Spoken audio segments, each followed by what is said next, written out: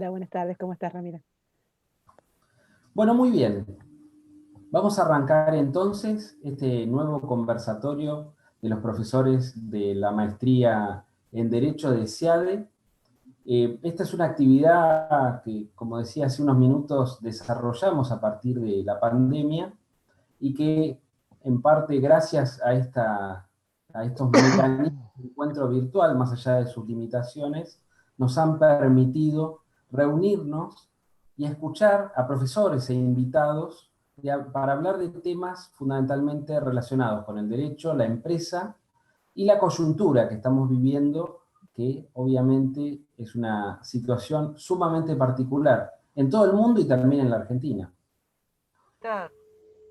Estos encuentros que estamos teniendo los lunes a las 18 horas, lo que pretenden fundamentalmente es tener una pequeña exposición por parte de los profesores y después un intercambio de ideas, finalmente complementado con las preguntas que ustedes como público puedan tener y que les pido, los invito a que las hagan a través del chat.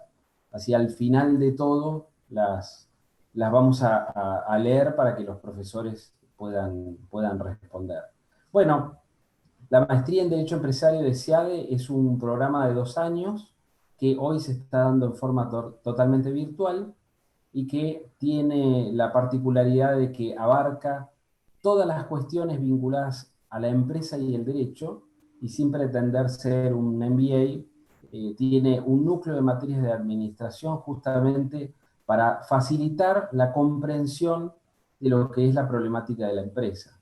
Vivimos en un nuevo mundo donde son quizá más importantes las habilidades que los conocimientos. Por eso es que, bueno, la maestría un poco intenta eso, un desarrollo de capacidades y de habilidades profesionales para los profesionales que hoy, bueno, se desarrollan y desarrollan su actividad en la Argentina. En el caso de hoy, particularmente, tenemos nuestro conversatorio sobre derecho constitucional y tenemos a dos grandes exponentes de esta temática. Bueno, como decía hace un rato, no necesitan demasiada presentación, y voy a hacerlo muy brevemente, porque son los dos muy conocidos y han tenido un protagonismo muy grande hoy en la Argentina, mucha presencia en los medios y también han sido requeridos por el Poder Legislativo para dar su opinión sobre diferentes proyectos. Se trata, por supuesto, de los doctores Daniel Sapsay y Alfredo Víttolo, que nos acompañan hoy. El doctor Alfredo Víttolo va a arrancar hablándonos un poco de la situación que estamos viviendo y la perspectiva constitucional que la misma presenta, y fundamentalmente relacionada con, bueno, el aislamiento obligatorio que vivimos. Hay sin duda un impacto importante en los derechos y en las instituciones, y eso creo que es un tema muy relevante para tratar hoy. El doctor Alfredo Víttolo es abogado, es Master of Laws de la Universidad de Harvard, nada menos, diploma de honor de la Universidad de Buenos Aires, es profesor de Derecho Constitucional y Derechos Humanos y Garantías en la Universidad de Buenos Aires, miembro de un sinnúmero de actividades y, por supuesto, un profesor, además de nuestra maestría, de grado y posgrado, y que ha escrito una multitud de importantes trabajos sobre la temática. Después, el doctor Daniel Sapsay, que también es abogado, tiene un posgrado en la Facultad de Derecho de la Universidad de París II, en Francia, profesor titular de Derecho Constitucional en la UBA, e invitado de varias universidades extranjeras, como las de Estrasburgo en Francia, de Texas en Estados Unidos, y la Internacional de Andalucía en España.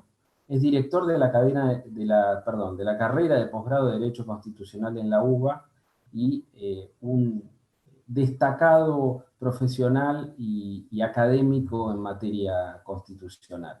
Ambos dos han tenido un protagonismo muy importante en los medios en los últimos tiempos, tanto como representantes del grupo de los profesores republicanos, como también por ser llamados por diferentes periodistas y medios para, bueno, brindar su opinión sobre este momento tan particular que estamos viviendo en la Argentina y fundamentalmente su impacto en nuestras instituciones democráticas. Bueno, no quiero robar más tiempo, creo que esto como presentación está, así que si les parece, vamos a escuchar directamente al doctor Vítolo. Les recuerdo que el pedido de tener los micrófonos cerrados para evitar ruidos ambientales y la invitación para hacer las preguntas por el chat en el momento en el que surjan. Las vamos a contestar al final, pero no dejen de hacerlas. Bueno, gracias. Sin más, Alfredo, adelante. Gracias, gracias Ramiro, gracias a SEADE por la invitación a dar esta charla junto con Daniel. Es muy lindo poder compartir con él, con mi presidente de la Asociación Argentina de Derecho Constitucional, además, en este aspecto. Pero yo quería comenzar la charla un poco abriendo la temática por la cual estamos reunidos, recordando una escena que siempre se cuenta anecdótica, que nunca sabremos si fue real o no, que tenía lugar cuando en Filadelfia, en 1787, los convencionales constituyentes estaban debatiendo el texto de la que sería la Constitución de los Estados Unidos. Esa convención sesionaba en secreto, no sesionaba a puertas abiertas. De hecho, no hay versiones taquigráficas, sino que lo que conocemos lo conocemos en función de los relatos que hay de quienes participaron de la convención. Y una tarde salía uno de los más carismáticos convencionales, ese que todos conocemos por su imagen en el billete de $100, ese billete que hoy parece que es de otro mundo, ¿no?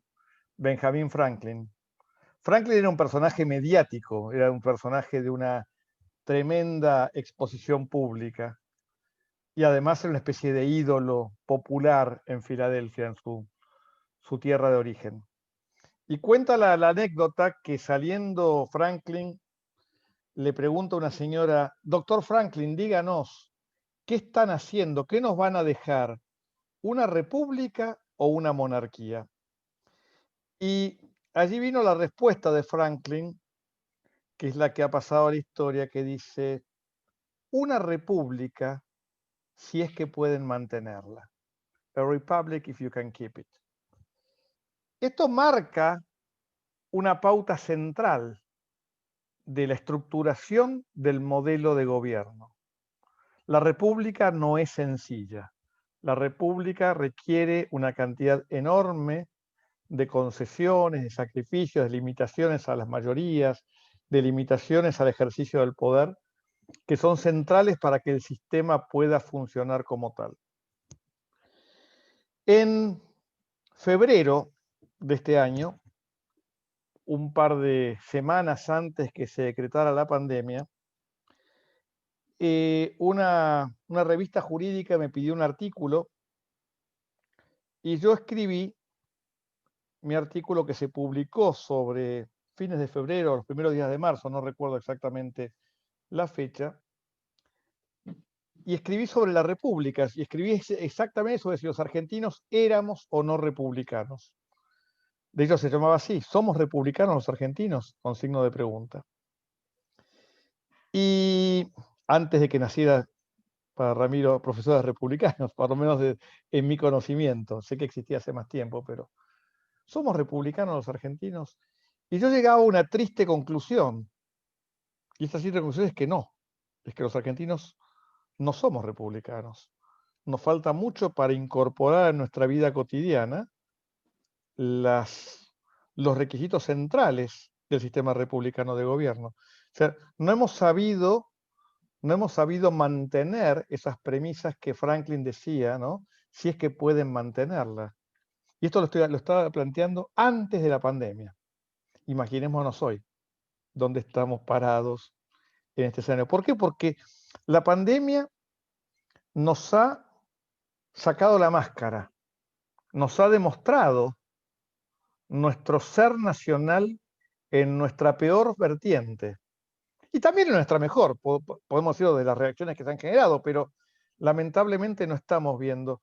Pensemos sencillamente que en diciembre del 2019, con el cambio de gobierno, el nuevo gobierno dictó una ley ómnibus de emergencia en todos los ámbitos del ejercicio del poder, tomando una vieja máxima que la Corte Suprema había adoptado en el caso Abico contra De la Pesa, que dice que la emergencia da ocasión para el ejercicio del poder, un poder mucho más fuerte, una restricción mucho más amplia de las libertades individuales, con la finalidad de sobrellevar esa emergencia. De todos modos, siempre la emergencia había estado sujeta al fuerte control del Poder Judicial, que con un importante grado de salvaguardia y de respeto al hallazgo legislativo, siempre legislativo, nunca del Ejecutivo, protegía o funcionaba como árbitro en esa limitación de las libertades individuales. Lamentablemente, desde 1930 hasta ahora, subvertimos el régimen de la emergencia, bastardeamos el régimen de la emergencia, transformamos la emergencia en lo normal. La Argentina vivió más tiempo en emergencia, sujetos a la voluntad fuertemente restrictiva de las libertades individuales de los poderes públicos, que en tiempos de normalidad institucional. Y cuando la emergencia llega de verdad, nos encontramos que nos quedamos sin límite, nos encontramos con que nos quedamos sin el sistema que preveíamos funcionar. Parecíamos el pastorcito mentiroso, ¿no? Ese cuento de que tanto bastardear la imagen, cuando llega el problema en serio, no tenemos la herramienta para solucionarlo. Y cuando llegó la pandemia, no sabíamos qué hacer porque teníamos la emergencia ya declarada. ¿Cómo íbamos a seguir actuando si ya habíamos declarado la emergencia? Y ahí recurrimos porque recurrimos como nación, somos parte de los estamos todos arriba del mismo barco, recurrimos como nación a un decreto de necesidad de urgencia que sobre la emergencia declarada agregó más emergencia en una anomalía fuerte institucional, ¿no?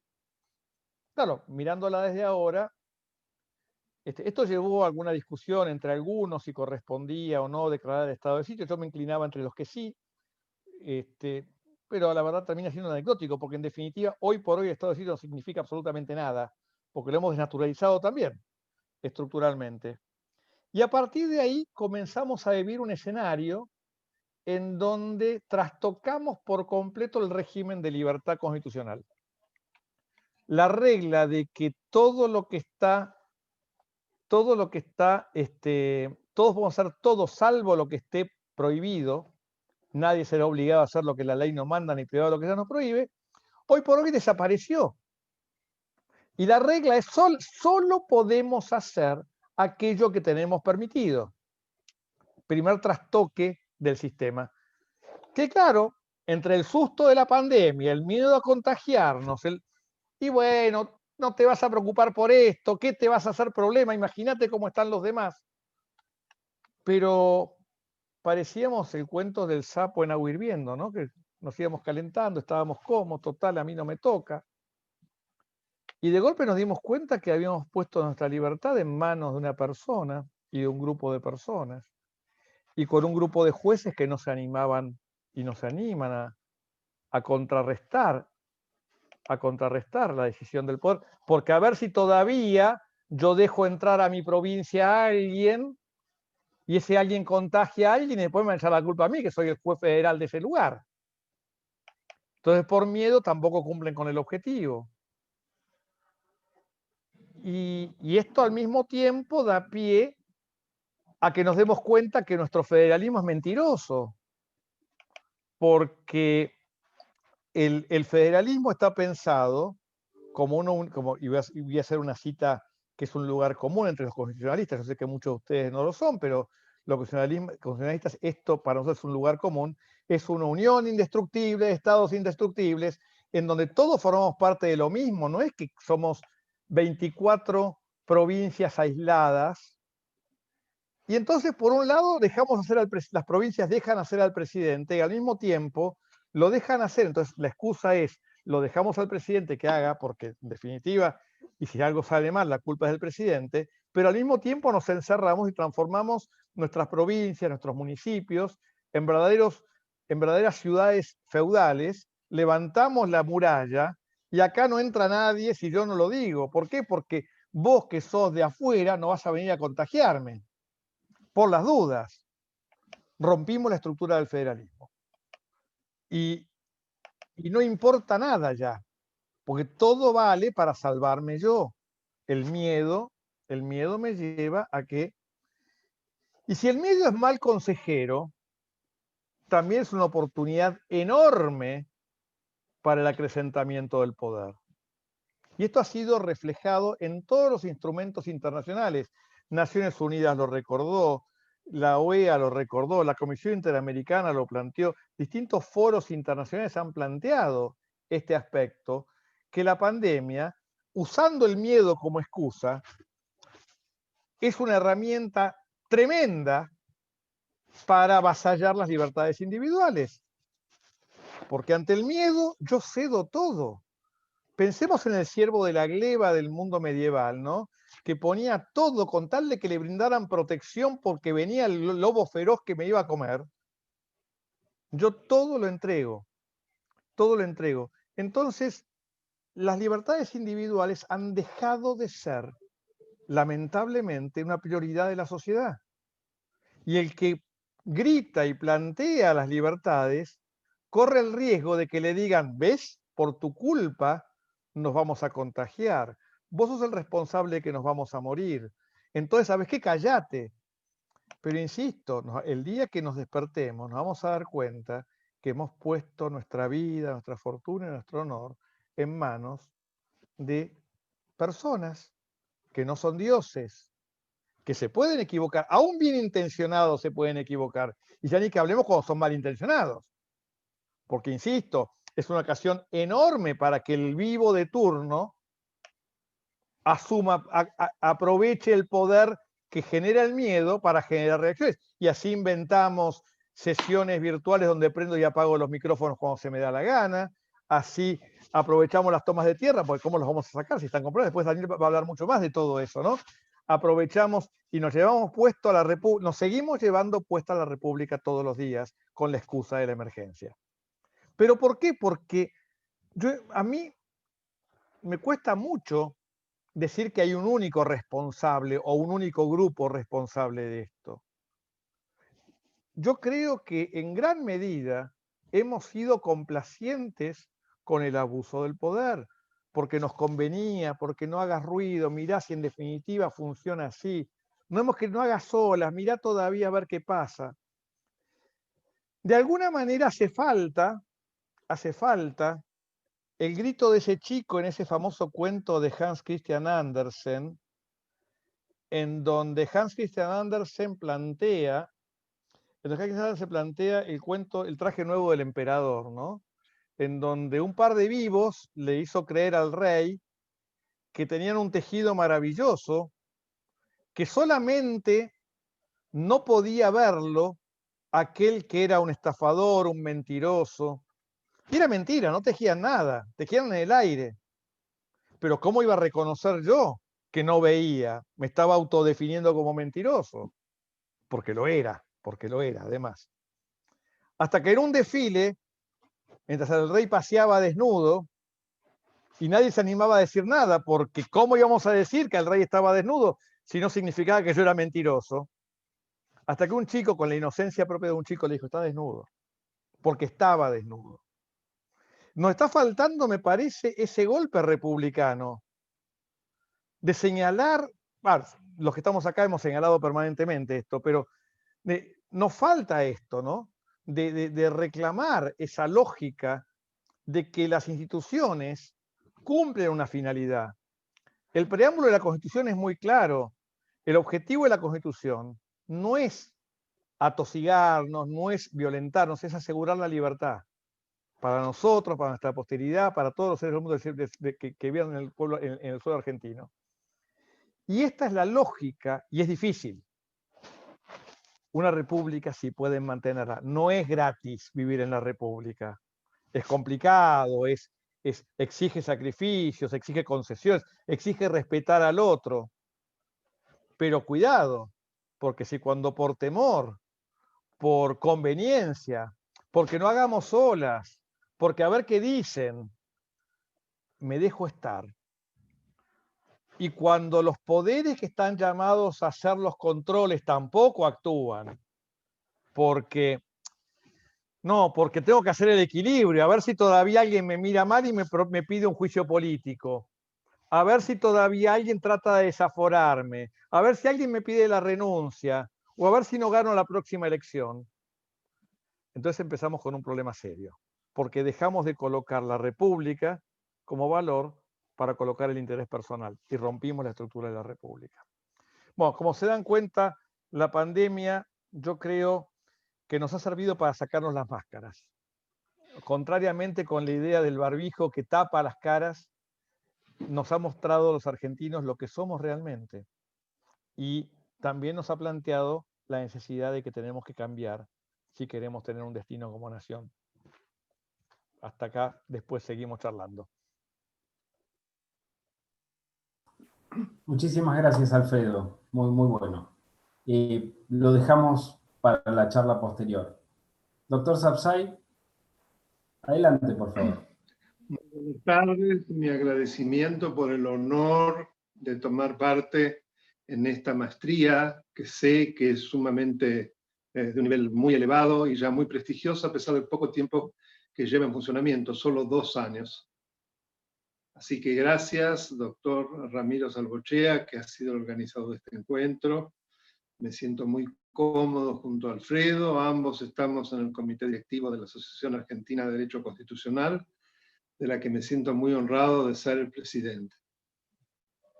La introducción que ha hecho el doctor Vítolo sirve enormemente para que yo pueda recorrer, conforme a lo convenido, 2 de las situaciones que se producen en este momento en nuestro país y que realmente a todos aquellos que nos sentimos compenetrados con una república como proyecto de nación, quienes nos consideramos liberales en el sentido amplio de la palabra, poniendo el acento en los aspectos políticos, consideramos que en las 2 situaciones que yo voy a recorrer, lo que ha ocurrido con los jueces Bruglia, Bertuzzi y Castelli, por un lado, y por otro lado, el fenómeno de la toma o usurpación de terrenos, ponen absolutamente en juego muchos de los elementos que definen y que caracterizan a un Estado de Derecho, es decir, aquel régimen que es el sucedáneo del constitucionalismo. En lo que hace al primero de los temas, a la situación de los magistrados mencionados, creo que debemos comenzar por recordar que desde que asumió la nueva administración, la finalidad de ir destruyendo los aspectos más característicos de la República, cuáles son los controles que deben necesariamente reinar en su seno, y allí siempre uno se acerca al pensamiento de Montesquieu, tal vez una de las figuras más relevantes en la construcción del constitucionalismo, con su libro El espíritu de las leyes, y con la noción, no solo la teoría de la separación de poderes, que ha tenido la magia de que a lo largo de mucho más de 2 siglos sea absolutamente imbatible, sea absolutamente imposible poder saltarla, por lo menos hasta el día de hoy, pues es la clave de bóveda para que se asegure la plena vigencia de nuestros derechos y libertades. Es decir, la función de control, como función máxima. Sin control no se puede poner en marcha el edificio del que hablaba Benjamin Franklin cuando decía ojalá se pueda mantener. Yo recuerdo que también Hamilton, que también era un hombre muy emblemático y muy carismático, cuando sale de la Convención de Filadelfia, según cuenta otra anécdota, pero que está muy difundida, se le acercan periodistas, porque él también era un hombre mediático. No olvidemos que era uno de los que escribía los artículos que luego integrarían el Federalista en distintos diarios que existían en Nueva Inglaterra. La cuestión es que estos periodistas se le acercan, lo ven muy exultante, muy contento, y le preguntan a qué se debía esa felicidad. Y él dice es que a partir de ahora ya no gobernarán más los hombres, lo harán las instituciones. Claro, evidentemente fue la reacción de un gran idealista, de un hombre que pensaba que si se ponía en marcha una constitución, que no olvidemos que la de Filadelfia, cuando se la elabora, es solo la parte orgánica, no tenía parte dogmática, pensaba que era como una especie de mecanismo de relojería.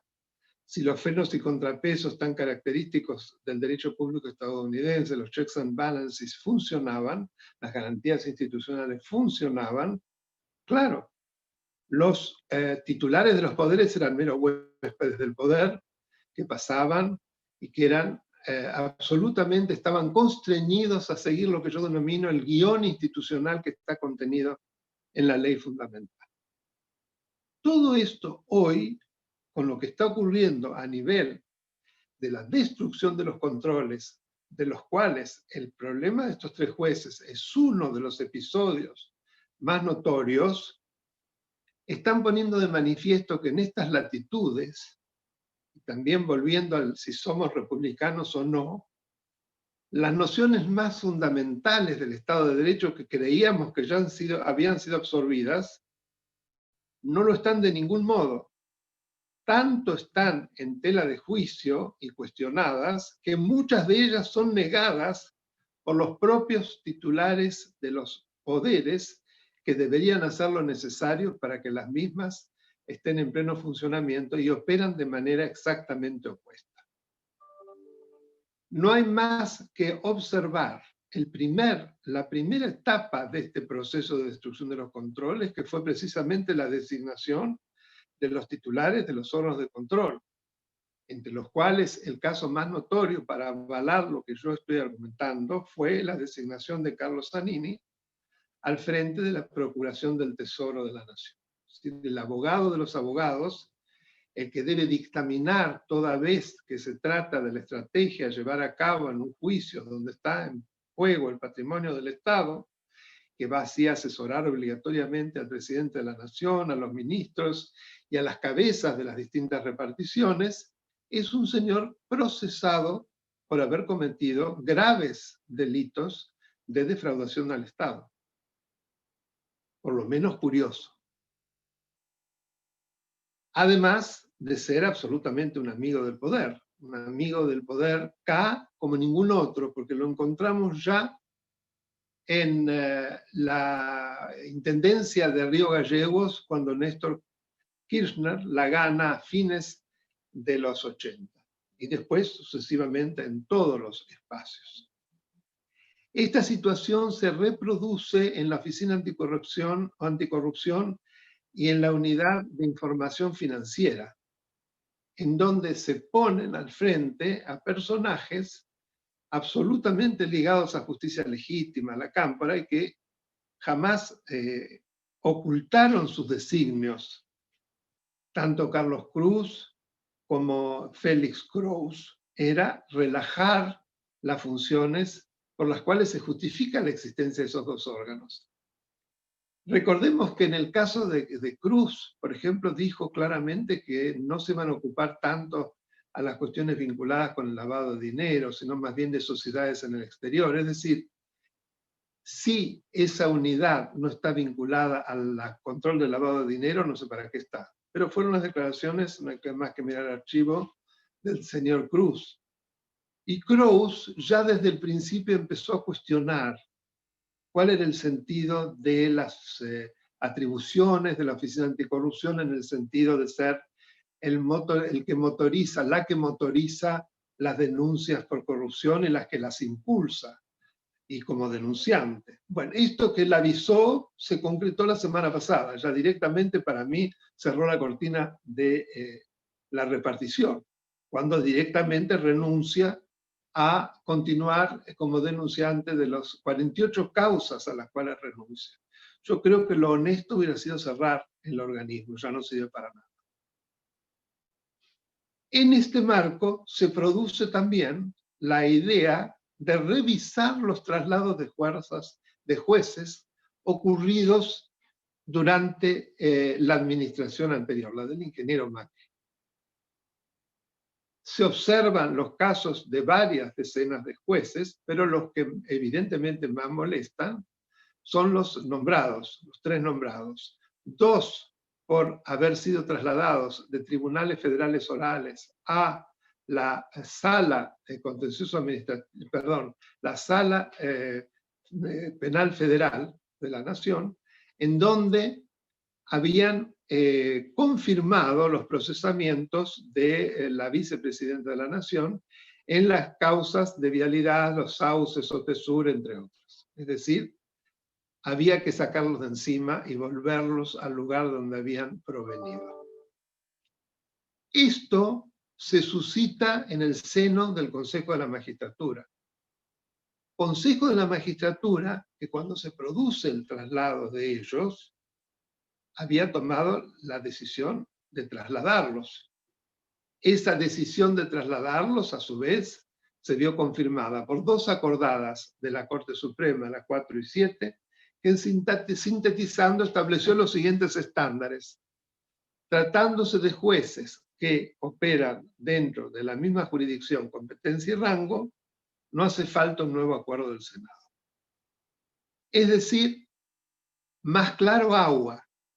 Se trataba, evidentemente, de algo similar a la cosa juzgada, o si se quiere, la cosa juzgada administrativa, que no admite revisión. La revisión destruye la seguridad jurídica y transforma los actos jurídicos en una suerte de chicle. Es decir, que permanentemente y con alcance retroactivo, lo que veo aún más grave, se los puede revisar una vez que viene otra administración y se modifican las mayorías en los órganos que generaron esos actos. Ya allí estamos viendo la destrucción de gran parte del edificio institucional que nos da previsibilidad, nos da seguridad, pero que además en este caso se complementa con 2 principios básicos en materia de independencia de la justicia: la inamovilidad de los jueces y la garantía del juez natural, que no hace falta en este tan celebrado espacio que yo explique en qué consiste, pero que no hay duda que son 2 de las claves de bóveda para que haya un poder judicial independiente. Bueno, todo esto es lo que está comprometido con la decisión, yo diría vergonzosa, porque fue casi como una especie de linchamiento, en donde los jueces son sometidos a una especie de escarnio, como producto del cual, primero el Consejo de la Magistratura, volviendo sobre sus pasos, olvidando de que independientemente del cambio de mayoría o de que quien modifica, digamos, la balanza es una legisladora supuestamente de la oposición, que creo que tiró todo su prestigio a los canes, porque lo que hizo me parece de una gravedad extrema y ya no puede desconocer lo que ha afectado, porque es una persona muy preparada. Ello se le va, evidentemente, al Congreso, al Senado. En el Senado los canes estaban preparados con los colmillos para tirarse encima y destruirlos a dentelladas. ¿Qué fue lo que ocurrió? En el espacio de semejante brutalidad, los magistrados interpusieron distintos tipos de acciones a fin de parar semejante disparate y no lograron satisfacción alguna en las distintas instancias. Inclusive la jueza en lo contencioso administrativo federal Biotti, que en un principio hizo lugar a una medida precautelar, que no fue cumplida por parte de la Comisión de Acuerdos del Senado, se siguieron adelante sin ningún problema, como lo hicieron en su momento, porque acá todo se retrotrae a un sistema, que es el sistema acá, como lo hicieron en su momento con el doctor Eduardo Sosa, Procurador General de Santa Cruz, del cual me siento sumamente honrado de haber sido su abogado defensor.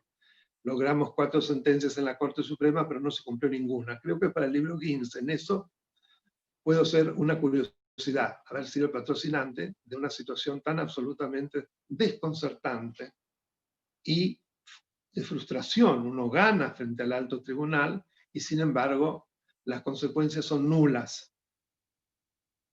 Digo porque todo está absolutamente relacionado, nada es por casualidad.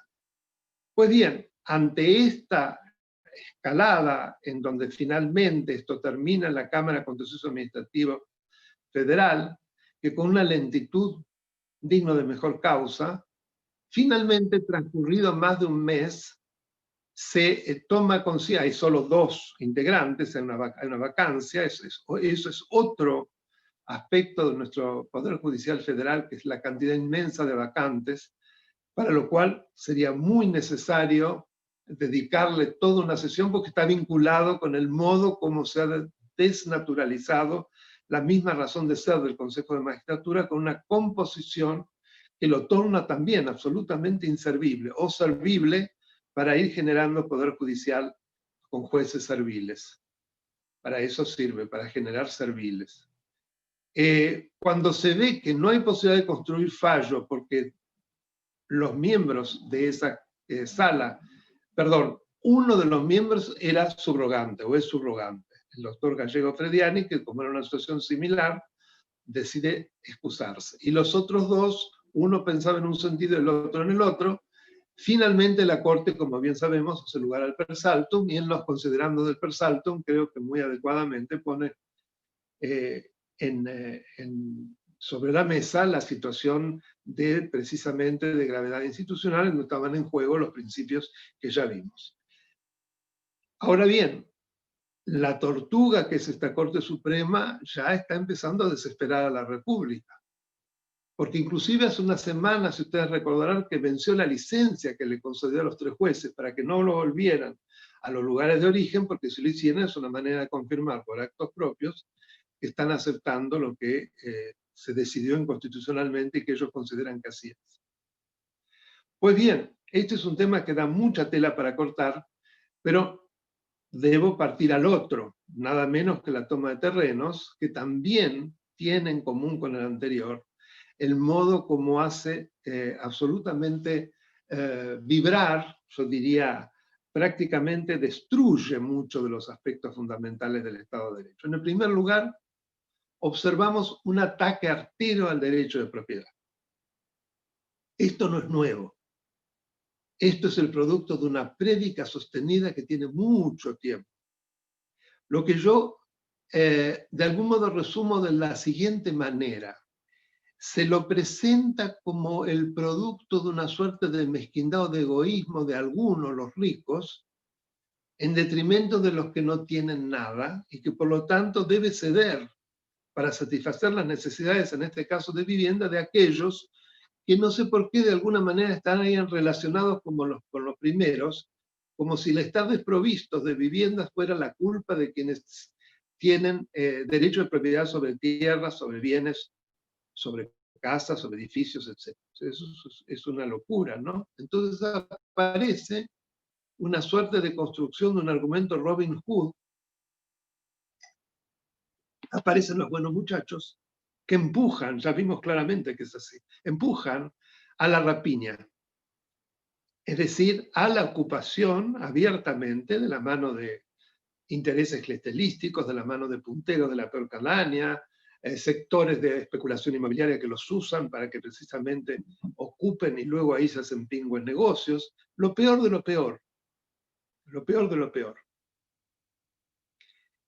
Y se olvida que en realidad la desgracia de los alrededor de 3 millones de familias que no tienen vivienda no es el producto de algunos malos que han accedido con su esfuerzo y con su trabajo, el 99%, para lograr ser propietarios. De ninguna manera, porque donde no hay derecho de propiedad no hay desarrollo, no hay progreso.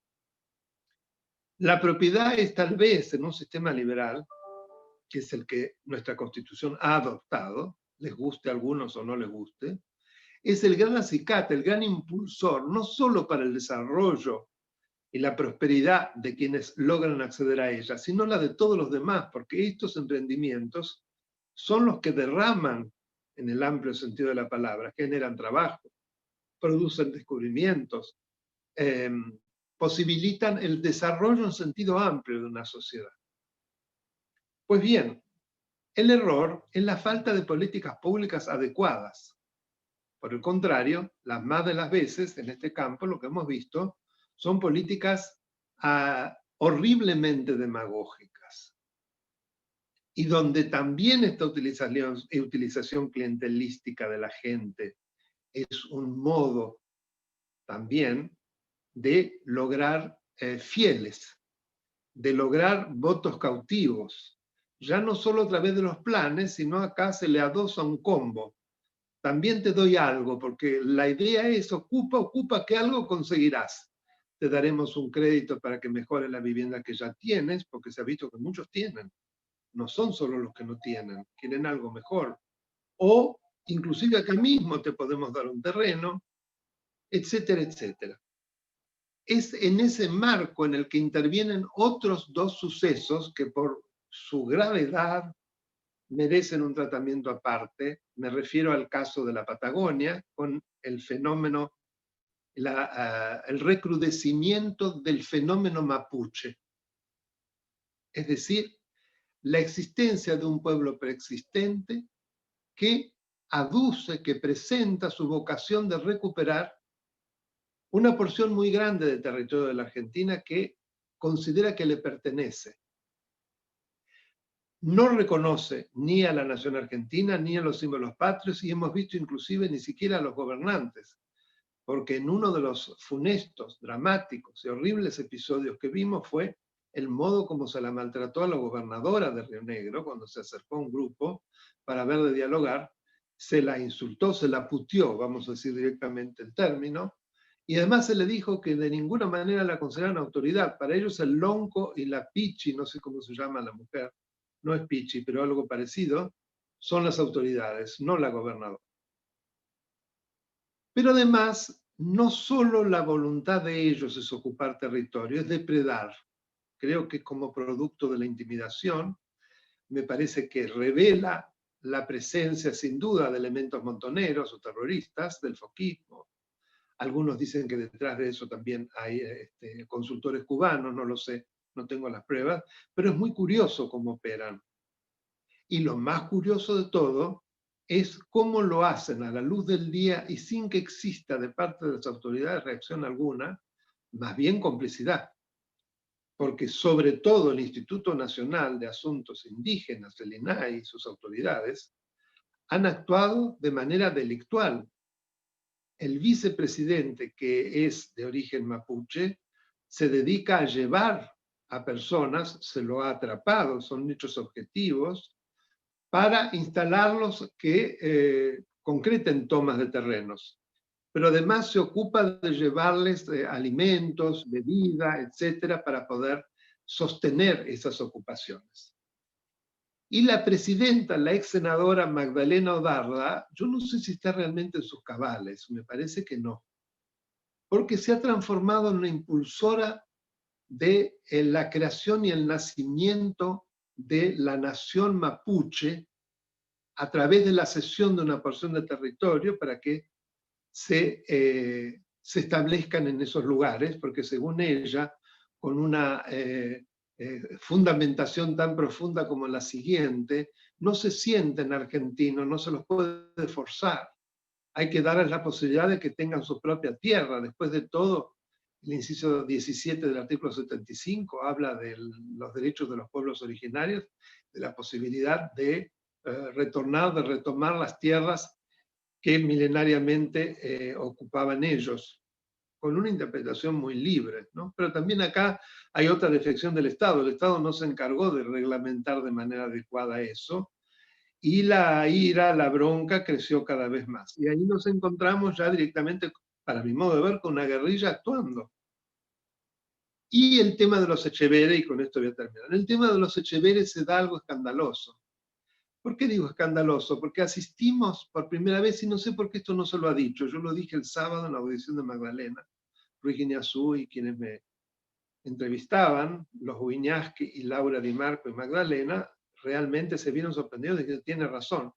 Es una intervención federal de hecho.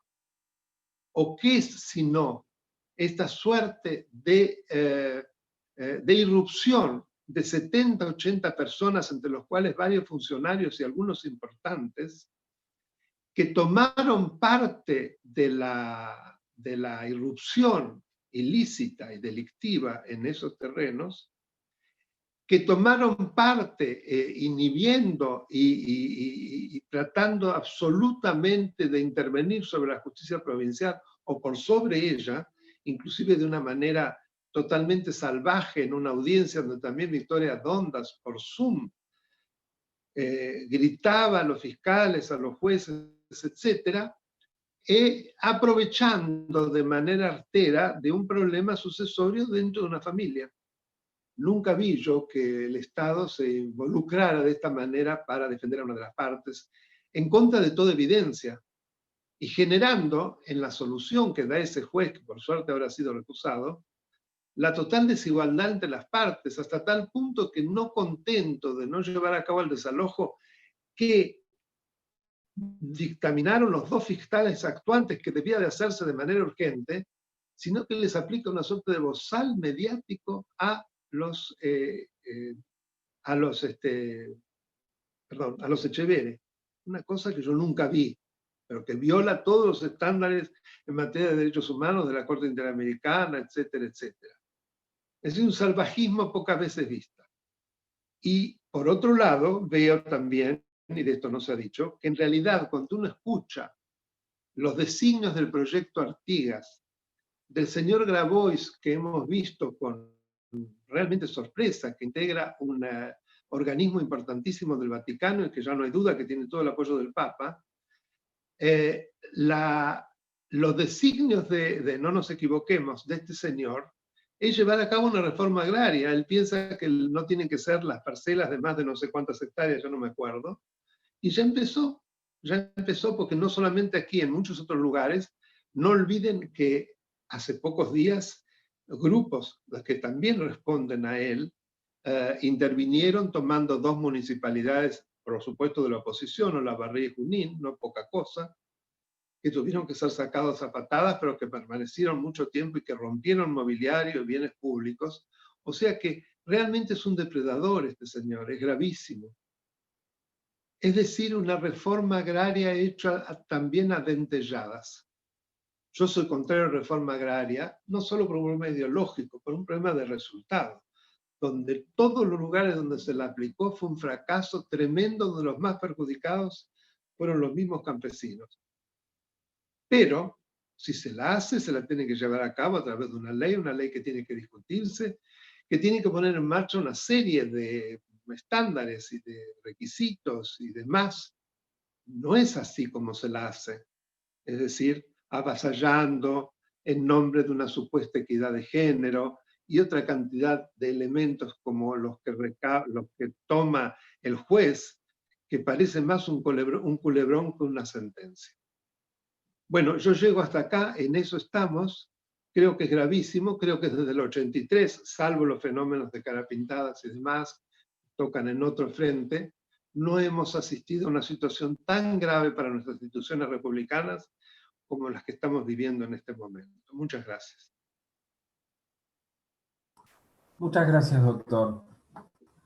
Bueno, si me permiten abrir este conversatorio entre ustedes, me gustaría tomar un punto que creo tienen en común. El doctor Vítolo de alguna manera hablaba de esta situación de crisis de las instituciones y de alguna manera del rol de los jueces en esta situación, jueces que de alguna manera, y creo que Alfredo ahí hubo casi un llamado a la valentía, ¿no? De parte tuya, como que los jueces dejaron pasar esta situación, por lo menos así interpreté tus palabras, y un poco lo que usted, doctor, contaba en cuanto bueno, a estas situaciones puntuales donde de alguna manera hay una situación con 3 jueces particulares que son abandonados casi a su suerte por sus mismos pares, por el mismo Poder Judicial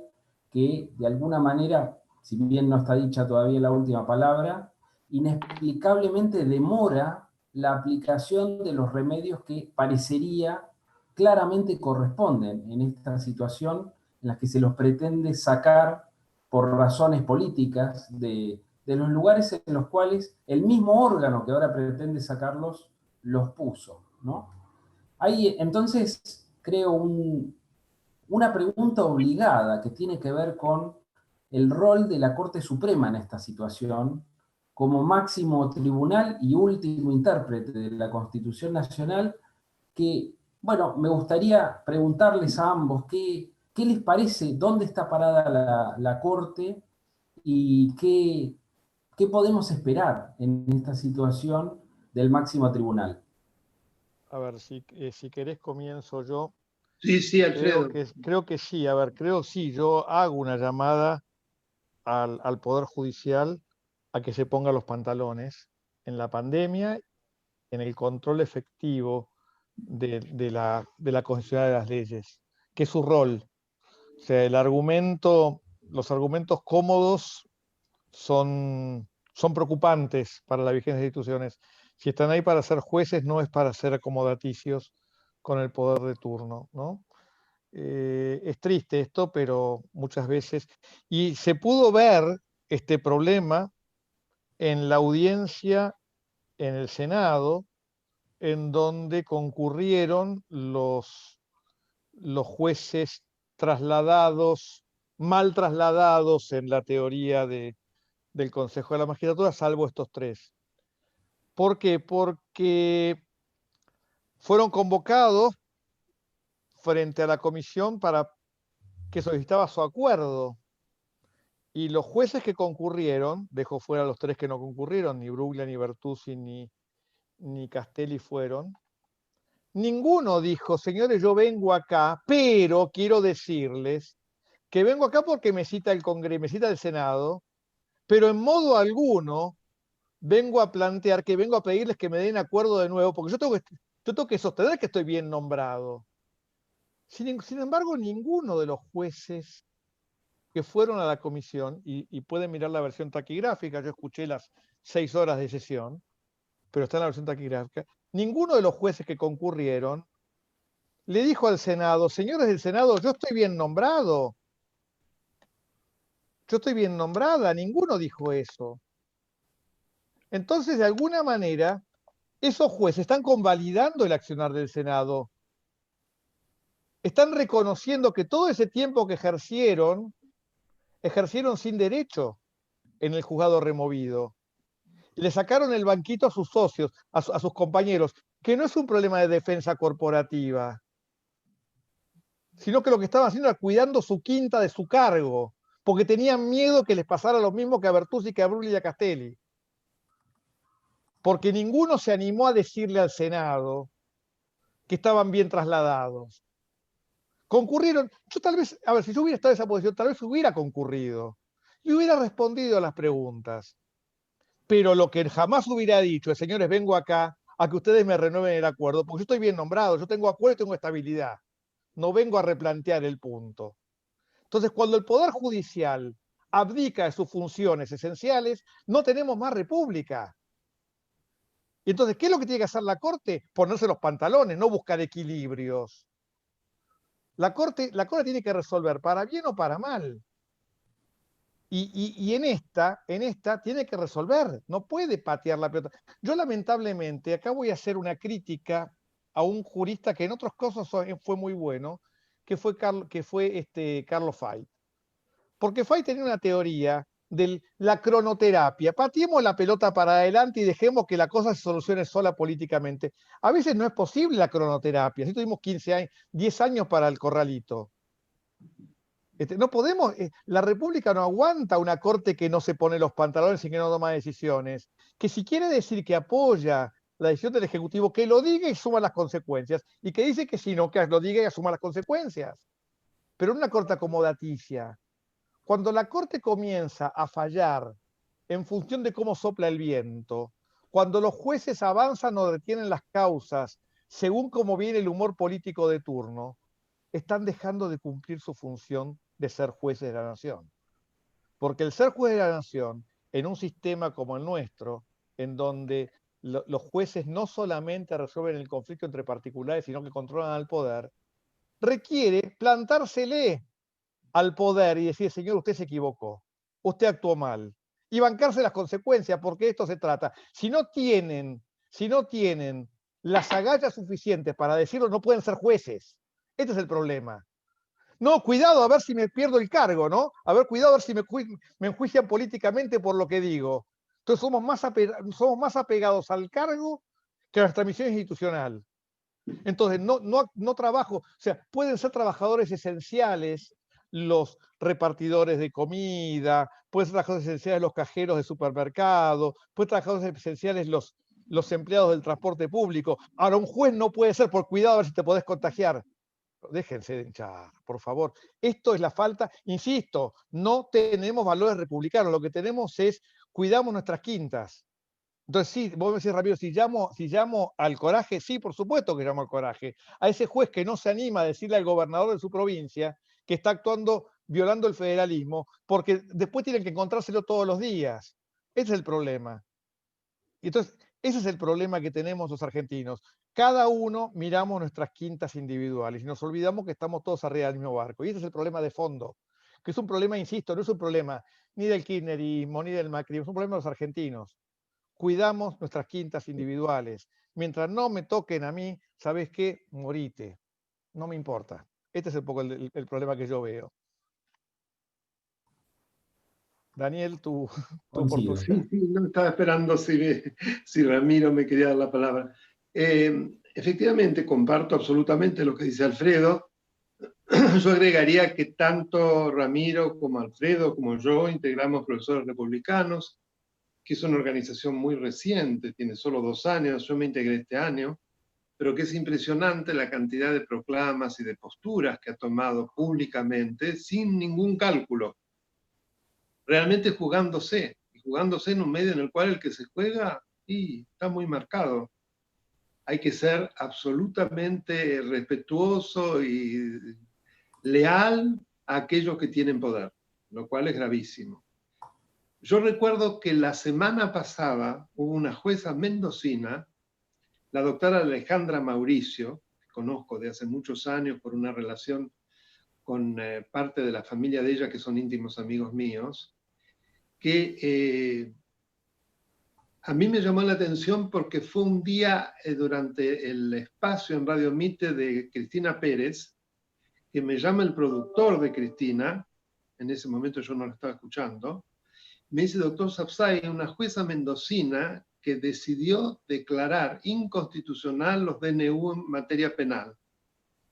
Y mientras está conversando nos cuenta que se inspiró en su pensamiento y de haberlo escuchado en los medios, y eso le sirvió para tomar fuerza y fundar su sentencia. Lo cual la verdad que a mí me generó una enorme emoción. ¿Le gustaría que le demos la sorpresa de que los crucemos en la conversación? Disculpe la hora, son las 11:15, pero no tengo ningún problema, desde ya, un orgullo. Bueno, y conversamos. Pero lo que voy es que fue la única, una jueza de provincia, de la provincia de Mendoza, y lo que comentamos cuando hablábamos era que, en definitiva, y ella lo sostuvo firmemente, un juez está para jugarse y si no, que vaya a hacer otra cosa. ¿Qué es eso? Tengo miedo, no conviene, miro. Y esto es trasladable a la Corte Suprema, lamentablemente. Fíjense que todas las especulaciones en los distintos comentarios que surgen, cómo van a fallar, se ve que en lo que sería la postura de los jueces, salvo la del presidente, que aparentemente ya tiene una posición bien tomada, confirmando la posición que sostuvo en las acordadas, porque acá además ir en contra de eso es demostrar que ni siquiera se protege la posición ya tomada por ellos. Los otros, en cambio, es una especie de cálculo. Inclusive algunos se considera que no van a votar o van a hacer una cosa híbrida porque son muy amigos del presidente y no lo quieren defraudar. O que tuvo que ver fundamentalmente en la designación el caso de Elena Hayton, y entonces de ninguna manera ella va a efectuar un acto que lo deje tan mal parado. Y los otros, que podrían, digamos, llegar a una decisión de 3-2, acorde con lo que decida el voto que ya habría redactado hace bastante el doctor Rosenkrantz, están calculando aparentemente qué les conviene más, si quedar mal con el gobierno o quedar mal con la sociedad. ¿Cómo los quedan mejor parados? Es algo inconcebible, porque yo creo que si esto es cierto, y lo dice Morales Solá, no lo dice cualquiera, lo habrán leído, entre otros comentaristas, pero para mí el más serio es Morales Solá, que además penetra y conoce muy bien la tela de lo que pasa dentro de la Corte. No van a fallar, no se preocupan por defender la República y fallar conforme a derecho. Van a fallar del modo como puedan quedar ante una situación tan compleja mejor parados.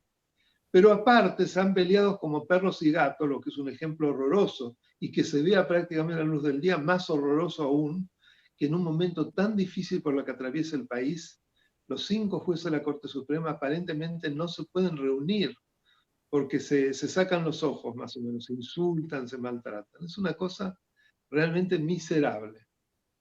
Así que lo que se puede esperar de la Corte, yo hasta hace poco esperaba realmente que iba a ser consecuente con haber concedido el per saltum, porque si no, ¿para qué lo concedió? Que iba a ser consecuente con la posibilidad de mantener la posición que tuvieron hace 2 años nada más, que era como obvio. Sin embargo, hoy ya no estoy tan seguro. Y me parece desesperante, porque además, gran parte de la sociedad, hoy creo que la mayoría, tiene una suerte de sarampión cívico, como yo no me canso en decir, es una reacción extraordinaria de manifestarse de todas las formas posibles, porque está desesperada la sociedad, porque tomó conciencia de que acá se juegan sus derechos y sus libertades fundamentales. Así que ojalá que esto lo escuche la Corte, que sirva como invocación, como un pedido extremo. Hagan algo, muchachos, no puede ser. Y por último, no es cierto que la Corte no tenga un plazo para dictar sus sentencias. Y en ese sentido me apoyo en un excelente artículo que escribió ahora más o menos un mes Néstor Pedro Sagüesa en La Nación, donde explicó por qué el plazo razonable, reconocido en tratados internacionales, en particular el artículo 8 del Pacto de San José de Costa Rica, constriñe también a los miembros de la Corte Suprema a atenerse al dictado de las sentencias dentro de plazos razonables.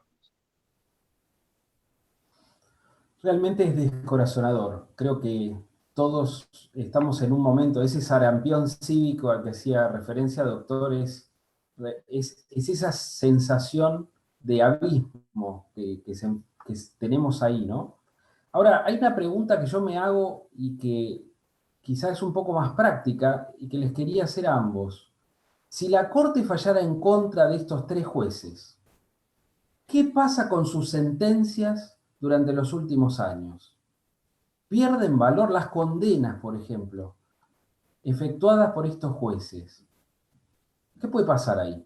¿Cómo lo ven? A ver, yo creo que primero, y en esto quiero ser muy claro, si la Corte fallara en contra de estos jueces, lo que para mí sería un error jurídico serio, tendremos que criticar la sentencia pero cumplirla, a menos que podamos sostener y justificar que existe una presión o porque si no, no podemos jugar con las instituciones según cómo nos va en la feria.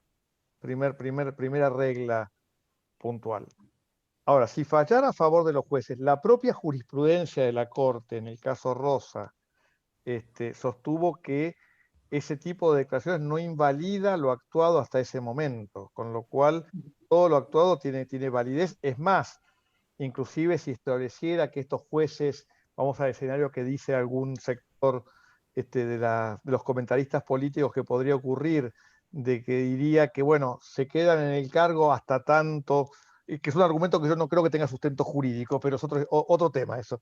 Si dijera que se queda en el cargo hasta que se renueven los cargos, todo lo que actúen también tendría validez. O sea, no habría una invalidación ni una nulificación de todo lo actuado. De hecho, en el caso Rosa, sobre el tema de subrogancias, hace ya como 10 años, la Corte dijo precisamente esto, ¿no? Que todo lo actuado no quedaba invalidado por el hecho de que se declararan inválidos las subrogancias en ese momento. Claro Sí, que si la Corte se desdice de lo que dijo hace 2 años ahora, también podría pasar, ¿no? Todo es posible.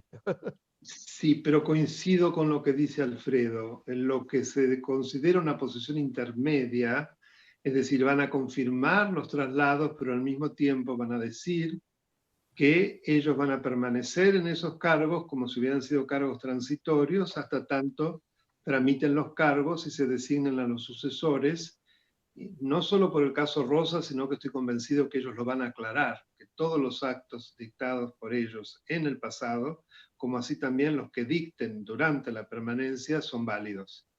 Eso creo que no va a estar en cuestión. Pero igual, lo que implicaría como consecuencia es gravísimo. Es gravísimo porque esto se va a trasladar a muchos otros casos similares. Con lo cual, es un tembladeral y además, los jueces, si la cabeza del Poder Judicial, aquellos que son valientes y honrados, no es capaz de protegerlos, ¿cómo quedan todos los miembros, digamos, independientes del Poder Judicial? Desguarnecidos, debilitados. No tengo duda que implicaría como resultado ya la total captura del Poder Judicial por parte de la vicepresidenta. Cumpliría con su cometido. Por eso hoy se decía que en la Corte, o algunos miembros de la Corte, pareciera que le tienen miedo. No entiendo por qué le tienen tanto miedo. Que ella sabe algo de ellos, hay carpetas. Digo, porque si no, no puedo entender. ¿Cuál es el miedo? Lógico. Hay otro aspecto de las instituciones que, bueno, a la que todavía no le dedicamos un espacio y que me parece que correspondería hacerles una pregunta, y que tiene que ver con la creación de este observatorio Nodio, ¿no? Que tanto ha dado que hablar en la prensa. Me gustaría, si me pudieran contar cuáles son sus pensamientos sobre ese supuesto observatorio en favor, según lo que dice, de la libertad de expresión. A ver, creo que acá también vamos a coincidir. No has conseguido tener un debate entre dos posturas contrapuestas. Creo que acá vamos a coincidir. En primer lugar, algunas de las excusas que se usan para el nodio es que esto es común en el mundo. Falso, falso. Absolutamente. O sea, esto es fake news en el sentido absoluto de la palabra. O sea, los pocos observatorios que puede haber son observatorios generados de la sociedad civil, nunca es del Estado. O sea, a mí no me parece mal que que una agrupación de sociedad civil se dedique a rastrear si una determinada noticia es falsa o no. De hecho, tenemos dos acá en Argentina, chequeado.com, que podrá gustarnos más o menos cómo lo hace, pero busca si las informaciones son reales o no. Pero no tiene un control estatal. O sea, el gran hermano de Orwell diciendo qué es lo fake y qué lo es no fake, aparte nos encanta usar la palabra en inglés, ¿no? El fake news queda bárbaro, queda moderno, pero es grotesco, es de una grosería tan grande, este, como es la misma grosería que escucharlo a Parrilli, en definitiva, que es amigo de Daniel, sé que se quieren muchísimo. Nos Cada vez que se cruzan se tiran flores. Pero tiene ese nivel de grosería. O sea, creo que no merece, realmente no merece ni 30 segundos de, porque no pasa ninguno de los tests, porque a ver, ¿qué va a hacer? Vamos al escenario, supongamos que yo difundo noticias falsas, difamatorias, grotescas, bueno, ¿y cuál va a ser la consecuencia? Este es el punto, no existe, ergo no tiene nada que hacer. La libertad de expresión tiene casualmente esa particularidad tan dura, ¿no? De que yo me tengo que bancar lo que digan de mí. Y si alguien me causa un daño con lo que dicen de mí, me lo tendré que bancar. Yo tengo menor exposición pública que Daniel, pero el señor Berbisky durante 2 años me hizo blanco de sus páginas y me dedicó fotos y páginas enteras en página 12 diciéndome de todo, que yo era un defensor de genocidas, que yo era un antiderechos, y alguna vez me decían, ¿te vas a hacer algo? No, le digo, es parte de la consecuencia de estar. Me la tengo que bancar. Obviamente, si con esa acción me genera un daño concreto, puntual, ahí tendré el reclamo por la vía yo, pero no porque alguien viene y me dice esto es una fake news. Es parte de o sea, la dinámica de la libertad de expresión requiere de vuelta el cuero duro, requiere el cuero duro. Y esto es un tema central. Tengo que aceptar las reglas del juego, que es me como las injurias, las calumnias. ¿Por qué? Porque estoy en la palestra pública. Si estoy en la palestra pública, me tengo que bancar. La expresión se combate con más expresión. Por supuesto, con el límite del daño concreto y agravio directo, en donde el damnificado tiene el derecho a reclamar. Punto. Este es el límite. Pero que el Estado venga a decirme qué es lo fake y no fake y actuar en contra de las expresiones de odio, que vamos al peor escenario, ¿no? Supongamos que alguien sale a hacer una defensa pública del genocidio o la negación del genocidio. Esto es algo que en el modelo europeo se está discutiendo, ¿no? El negacionismo como regla. Yo me inclino mucho más por el modelo norteamericano, de toda expresión es posible expresarla sin perjuicio de las responsabilidades en las que yo pueda incurrir como consecuencia de los hechos que hago, ¿no? Ese es un poco el punto. Yo, sin embargo, le veo una gravedad muy grande por lo siguiente. En primer lugar, la existencia de semejante energúmeno opera como un modo de censura indirecta. No olvidemos que la Convención Americana de Derechos Humanos, en el artículo 13, no solo refiere a la censura directa, es decir, la censura previa, sino que dedica un párrafo entero y claro sobre cuáles son las restricciones indirectas, como las menciona. Y en definitiva, más allá de que da una cierta casuística, la deja abierta, pero lo que uno infiere que es toda acción susceptible de entorpecer la posibilidad de la comunicación libre y del intercambio de ideas libre. Acá, evidentemente, que se recopile, que se estudie, que se analice, que se ponga bajo la picota aquellas personas que desde los medios de comunicación expresan odio y marcarlas, ya opera como algo muy, muy grave y muy peligroso, sobre todo si lo juntamos con lo que está pasando en el Juzgado Federal de Dolores, que cierra el tema. ¿Por qué digo cierra el tema? Porque allí se lleva a cabo un proceso pernicioso, nocivo, contra natura, que surgió, como ustedes recordarán, de una operación de forum shopping, como pocas veces se vio, que se comunicó por el actual Eduardo Valdés, actual legislador, ex embajador ante el Vaticano e íntimo amigo del presidente. ¿Qué fue lo que suscitó? Suscitó la existencia de hechos para hacer nacer una competencia territorial de un juzgado en una causa donde jamás debió de tener competencia y así tener el juez propio, Ramos Padilla. Cuando los hechos que se denuncian, alrededor de 30, todos tuvieron lugar en la ciudad de Buenos Aires. Frente a esta absoluta aberración, la alzada, que es la Cámara Federal con sede en Mar del Plata, la alzada del Juzgado Federal de Dolores, le dio una competencia provisoria, que no sé por qué quiere decir eso, pero evidentemente es como por lo menos una misión temporaria y cómo acelera los cambios.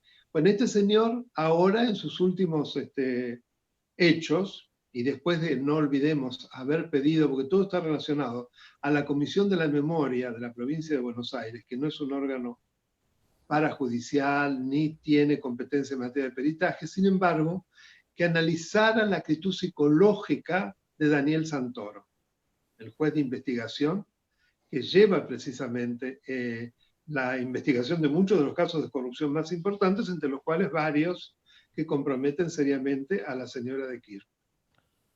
Pues bien, allí se habla de una aptitud psicológica que sería como dañina, una invención que recuerda más bien a la Gestapo o a la KGB. ¿Qué es eso, una aptitud psicológica?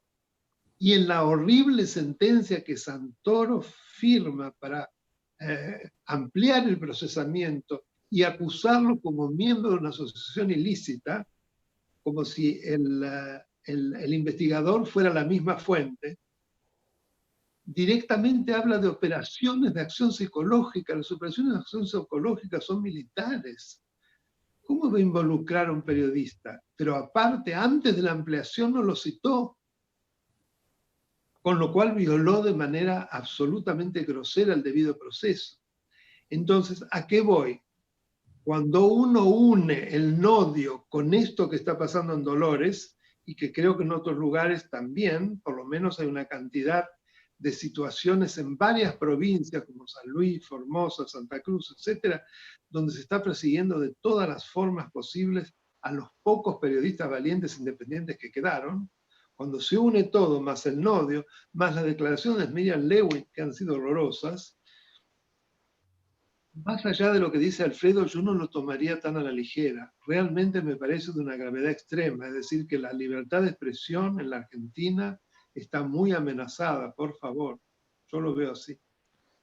Sí, yo para que aclarar, yo no es que lo tome a la ligera, ni mucho menos, creo que tiene la gravedad que acaba de señalar Daniel. Bueno. De hecho, la idea del el efecto amedrentamiento sobre el periodismo de investigación, el secreto, la afectación de las fuentes de del secreto de las fuentes de investigación periodística, tiene una gravedad inusitada. O sea, Sí. o sea, el nodio es parte de toda una estrategia. En el mes de julio pasado, el 8 de julio, un grupo de intelectuales y yo presentamos ante el relator de libertad de expresión de Naciones Unidas un pedido de acción, puntualmente antes del nodio, vinculado con estos hechos, ¿no? Con lo que había sido el apriete, el procesamiento de Santoro, el apriete a Cristina Pérez, mandándola a estudiar, el apriete ¿cómo se llama esta otra periodista? Se me fue el nombre, cuando le dijo, te vas a arrepentir de lo que estás diciendo. Viviana Canosa. A Canosa, te vas a arrepentir de lo que estás diciendo. Sí. Palabras que dichas por una persona común no generan nada, pero cuando son dichas desde el poder, lo que buscan es generar, mejor no hablo, porque mejor no me meto, porque a ver si todavía alguien me dice algo, o a ver si aparece algún loquito que quiera hacer justicia por mano propia y me va a pegar un sopapo cuando salgo de la radio, o cuando salgo del canal de televisión, o me espera en mi casa. Y esto es lo más peligroso, porque vamos generando una cultura, y por eso yo no quiero que me saquen de contexto. Lo que digo que es un disparate, pero en modo alguno pretendo minimizar el impacto de esto, que es tan grave como lo señaló Daniel, ¿no? No, yo no, tal vez fue mala la expresión tomar a la ligera. Yo quise como completar lo que vos dijiste y estamos de acuerdo, es gravísimo. Porque ahí está la censura indirecta, es lo que desean. Y hubieron otros periodistas que también fueron amenazados, el caso de Longobardi, de La Nata, de Diego Leuco y varios más, que se los puso en una lista inclusive. Además, no olvidemos de las anteriores administraciones Kirchner lo que ocurrió. Y yo sufrí gravísimas amenazas sin ser periodista, así que sé muy bien de lo que son capaces. A mí se me inició un juicio por traición a la patria, inventando cualquier tipo de hechos, junto a otros, ¿no? Con lo cual sé lo que son capaces, así que tenemos que estar muy preparados. Sí, sí, y después también la desinformación de redes. La sentencia del juez de Dolores tiene 1000 fojas. Es una especie de novela, que yo la recomiendo como una lectura de una novela de espionaje de John le Carré, salvo que John le Carré escribe con bastante mejor pluma que el juez, pero es espectacular las ganas de generar una trama que no existe, que claramente no existe. A ver, que yo no digo que no haya existido, no quiero meterme en el tema de fondo, pero que claramente el periodista que investiga eso no tiene nada que ver, es otra cosa. La libertad de expresión, insisto, incluye el secreto del periodista que conoce el acto delictivo de no explicar, de no revelar la fuente, y no por eso es cómplice. Y esto fue específicamente lo que los constituyentes en el año 94 incorporaron expresamente en la Constitución. Sin duda. Y yendo al otro extremo, ¿no? Porque de alguna manera estos son todos señales como de una centralización y un uso arbitrario y dirigido políticamente del poder. Llama la atención, vuelvo al tema de la toma de tierras que el doctor Sapsay describía hace un rato. Llama la atención como en ese aspecto parecería como que hay una amenaza de vuelta a una sociedad preestatal, ¿no? Donde de alguna manera hasta es de esperar algún tipo de desenlace o de reacción social de mano propia, donde quizá por defender sus tierras terminan, bueno, habiendo literalmente una batalla por la ocupación de un terreno. O sea, ¿cómo se da cómo ven ustedes esta paradoja donde de un lado parece haber un poder centralizado y más fuerte, y del otro lado parece haber un poder ausente, que de alguna manera deja que el particular recupere hasta el uso de la violencia frente a estas situaciones? ¿Qué opinión les merece esto? Bueno, por eso yo decía al principio que estos sucesos ponen en tela de juicio los fundamentos mismos del Estado constitucional de derecho, que es el monopolio del uso de la fuerza en manos de la autoridad. Acá se está admitiendo la posibilidad de que esto se haga de manera anárquica, pero respecto de los protegidos del poder. Si no lo son, se los combate y se los penaliza. Fíjense ustedes, hoy se abrió la posibilidad de que turistas de países limítrofes vengan a la Argentina. No hay duda que el objetivo es poder recibir dólares. Pero en cambio, un formoseño que no estaba en Formosa al momento en que se declaró la cuarentena, no puede volver a su casa en Formosa porque supuestamente es potencialmente transmisor de coronavirus. Ustedes se dan cuenta que es absurdo, que es contradictorio y que no tiene ni pie ni cabeza hacer una cosa así. Pero es lo que asistimos permanentemente. Es decir, ya las reglas no son iguales para todos. Algunos son más iguales que otros. Recurriendo a La rebelión en la granja de George Orwell, que en muchas cosas nos está recordando Orwell, porque también con el nodio parece salido de 1987, ¿no? Tal cual. Bueno, a ver, si les parece, yo abriría a algunas de las preguntas del público. Tengo un montón de comentarios. En primer lugar, destaco los piropos de alguna manera de los oyentes hacia los expositores y lo que se ha hablado hasta ahora. Pero hay algunas preguntas en particular que me gustaría leerles para dar pie a algún tipo de respuesta. Bueno, por ejemplo, hay un comentario que dice: el derecho constitucional aparece ante los ojos de un lego como la rama más compleja de entender. Sin embargo, rige los procesos en los cuales estamos inmersos los ciudadanos de un país. ¿No hay una contradicción?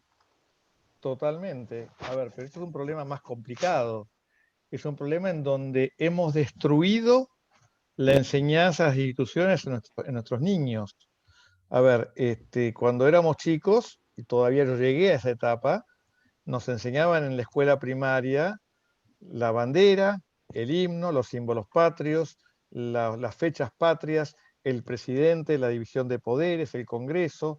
Visitábamos el Congreso, visitábamos el Cabildo, recorríamos las cosas. Esa educación no existe más. Entonces uno llega a la universidad y en la Facultad de Derecho tiene que contar lo básico a los futuros abogados que llegan sin saber. A los abogados. ¿Y qué hacemos con los que no van a estudiar a la universidad? ¿Qué hacemos con los que estudian otras carreras? Que siguen sin saber cómo existe. Entonces desconocemos lo básico. no tenemos una cultura de enseñar institucionalidad en nuestros niños.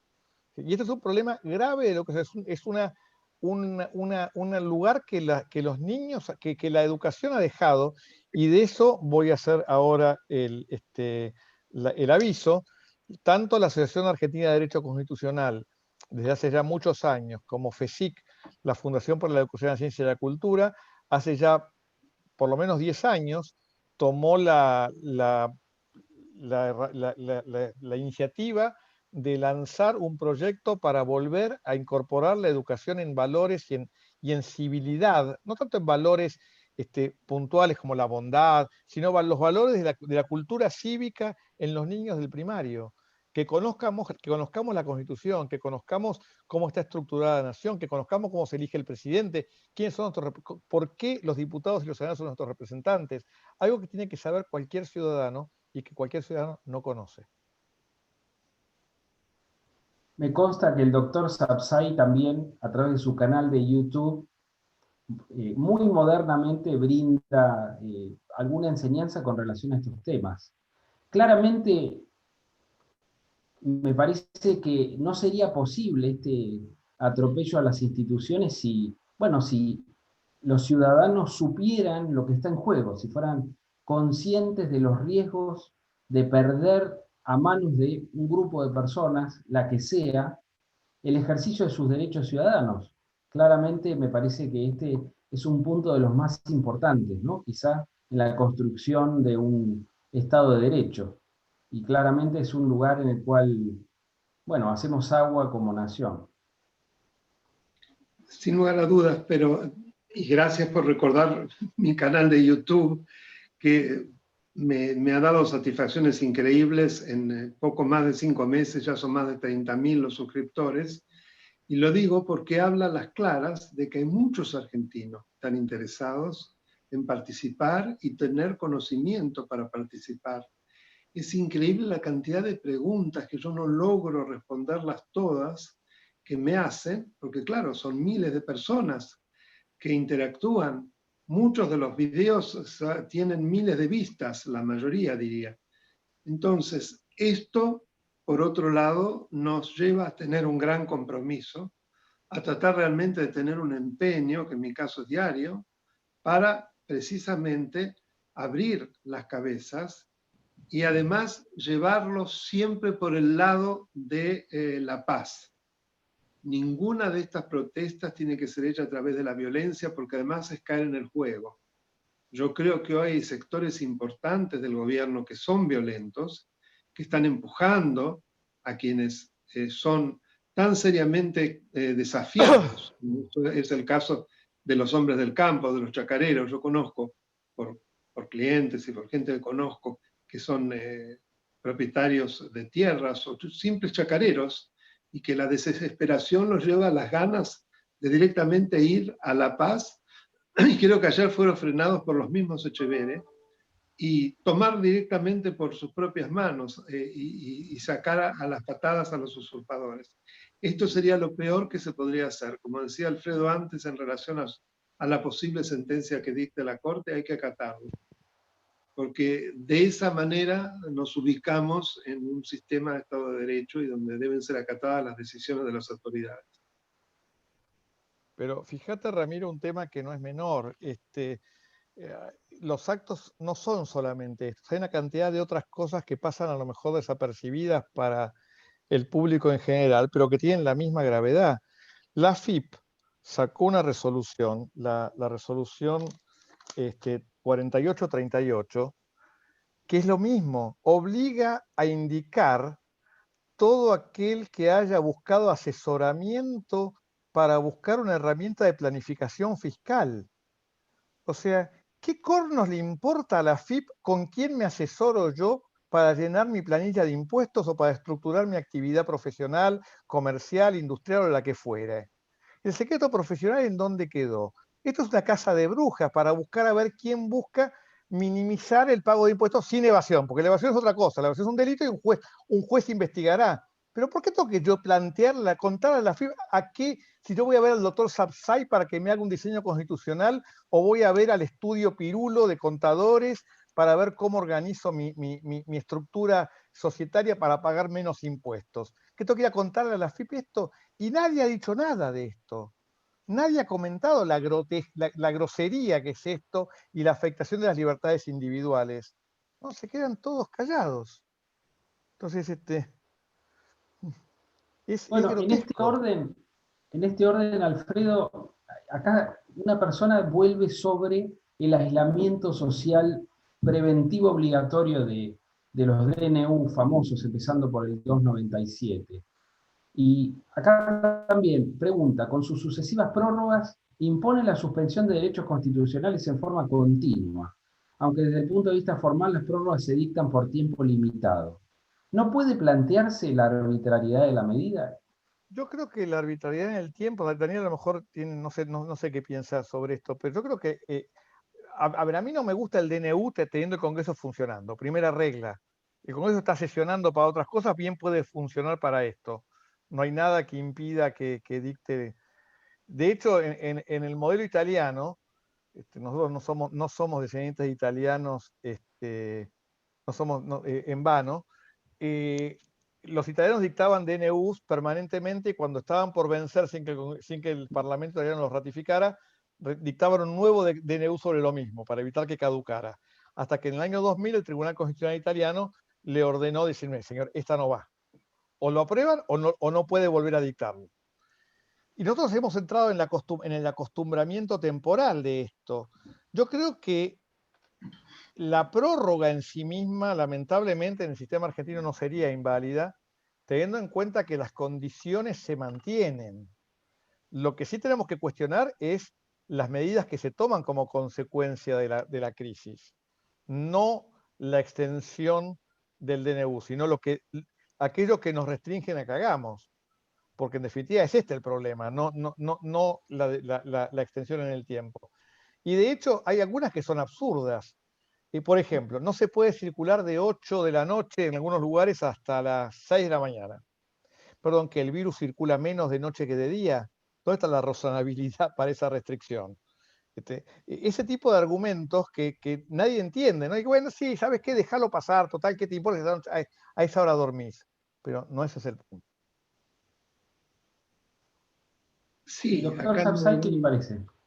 no, acá no hay lugar a dudas, y me he cansado de repetirlo, que salvo los primeros dos decretos de necesidad de urgencia que eran constitucionales, si bien en el primero hay también una inconstitucionalidad porque está extendiendo a través de un DNU una emergencia que había sido dictada por ley al extender la emergencia sanitaria, pero por vía de decreto. Pero la clave del marco jurídico que impone el artículo 99, inciso tercero, es la prohibición, salvo que circunstancias excepcionales impidieran el procedimiento normal para la sanción de leyes, es decir, que el Congreso no esté sesionando, no puede hacerlo. Todos los otros decretos que se dictaron, el Congreso ya estaba en sesiones, inclusive algunos han sido para mí absurdos. El caso de Vicentín, el presidente por un lado mandaba la intervención por DNU a un juzgado provincial y por otro lado apoyaba un proyecto de ley que se estaba tratando sobre la expropiación de Vicentín en el Senado, con lo cual por sus propios actos estaba reconociendo que el Congreso sesionaba. Ahora, eso desde el punto de vista de la forma, ya solo eso, a mi modo de ver, los fulmina. Pero eso hay que agregarle el contenido, y ahí estoy de acuerdo que no cumplen con los estándares, por supuesto, de legalidad, ya vemos que no, porque no se lo hace a través de una ley, pero tampoco de razonabilidad, porque son la mayoría de las veces disparatadas las limitaciones, las restricciones. Además son conculcatorias totalmente de los derechos, lo que ya la Corte Interamericana y el Tribunal Europeo de Derechos Humanos se han cansado de decir que no se puede suprimir o suspender un derecho totalmente, se lo puede limitar. Tampoco se da el requisito de la proporcionalidad ni la necesariedad, con lo cual estamos viviendo en un mundo de inconstitucionalidad donde ya casi 70 DNUs en un lapso tan corto. Esto no tiene antecedentes desde 1983, es gravísimo. Clarísimo. Acá hay una pregunta, doctor Sapsay, para usted. Dicen, dado que mencionó la existencia de elementos montoneros en las tomas en el sur, ¿está habiendo un riesgo de que surja un brote guerrillero terrorista? Bueno, yo veo, por ejemplo, que están operando personajes como Perdía, que fue montonero, Vaca Narvaja, que es el hijo de un montonero, y varios más, algunos no tan conocidos.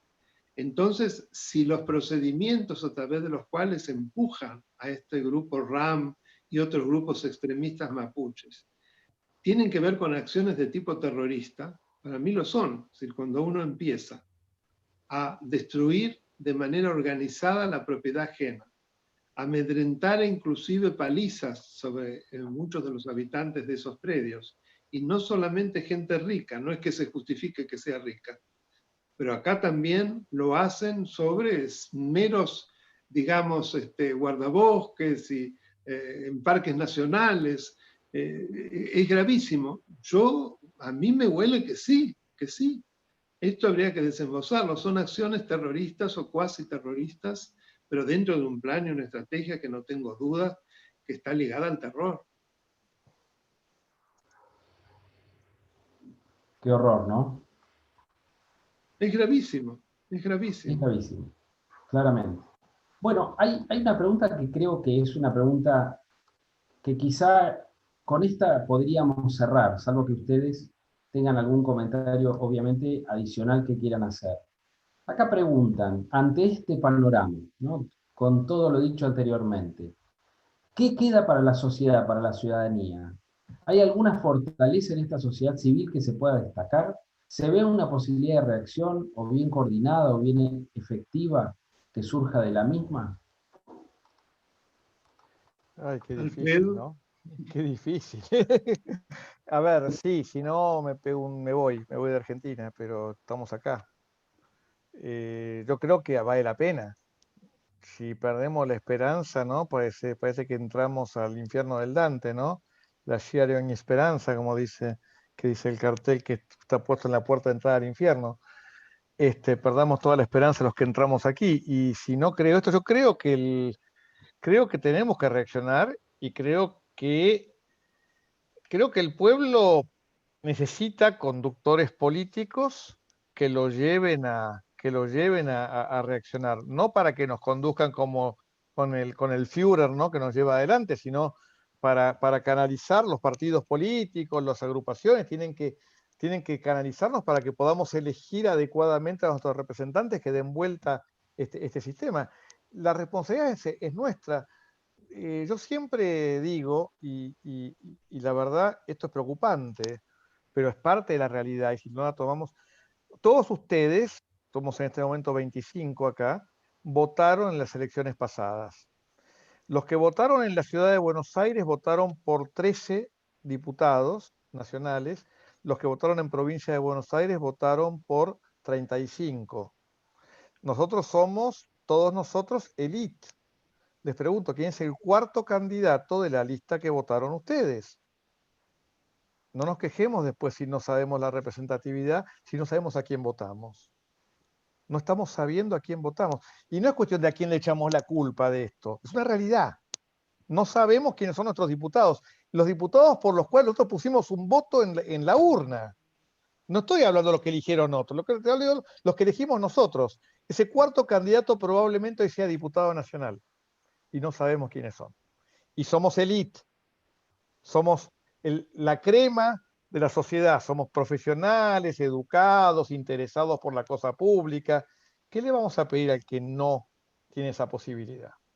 Tenemos una crisis de representatividad muy importante, insisto, esto se soluciona solo con educación. Yo creo, por un lado, que efectivamente hay una reacción, como decía antes, muy alentadora de la sociedad. La cantidad de manifestaciones que permitieron parar muchas de las peores cosas, no lo olvidemos, son para sacarles el sombrero, hechas por mucho esfuerzo, por grupos que se están organizando muy bien, inclusive los abrazos al Palacio de Justicia, al Congreso, mucha gente joven. el modo como algunos fogoneros llevan adelante el proyecto de ficha limpia, que sería extraordinario que se pudiera concretar. Ya se está muy cerca de que se concrete en la provincia de Mendoza, sería un buen inicio. El tema de extinción de dominio, la boleta única, es decir, hay una cantidad de iniciativas cívicas que están en marcha, que las llevan a cabo personas que tienen un gran tesón, que lo hacen ad honorem. Sería muy importante que quienes se preocupan por estas cosas trataran de acercarse a esas personas para darles más fuerza, para poder ser más los que defienden.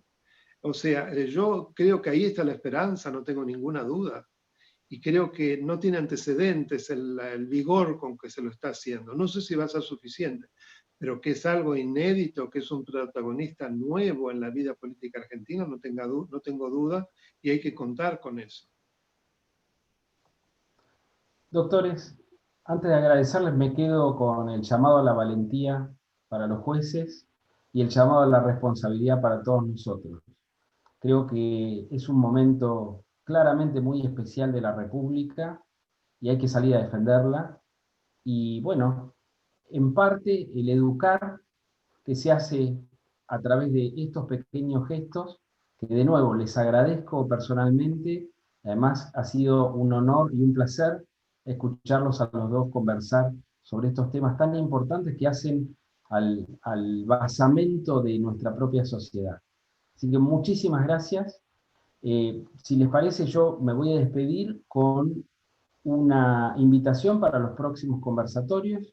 Vamos a tener uno justamente donde se van a tratar temas que de alguna manera, aún de soslayo, tienen que ver con lo que hablamos hoy. Por ejemplo, el proyecto de impuesto a la riqueza que está en este momento en el Congreso. Se va a hacer un conversatorio de derecho tributario sobre eso. Va a haber un conversatorio de daños, alejado quizá un poquito más de esto, pero que tiene que ver con consecuencias no queridas de la pandemia, y también de relaciones laborales, porque es uno de los aspectos en los cuales quizá nuestra sociedad más cambió en este año tan raro que nos tocó vivir a todos. Así que bueno, les agradezco muchísimo la participación, y a todos, muchísimas gracias por escucharnos, por participar de esta comunidad de SEADE, y bueno, esperemos vernos pronto en otra actividad y con un país mejor. Muchas gracias. Que tengan buenas noches. Muchísimas gracias a ustedes. Para mí fue un placer tomar parte en esta actividad. Un abrazo, Muchas Ramiro. gracias, hasta luego. Muchísimas gracias. Hasta luego. Gracias, adiós.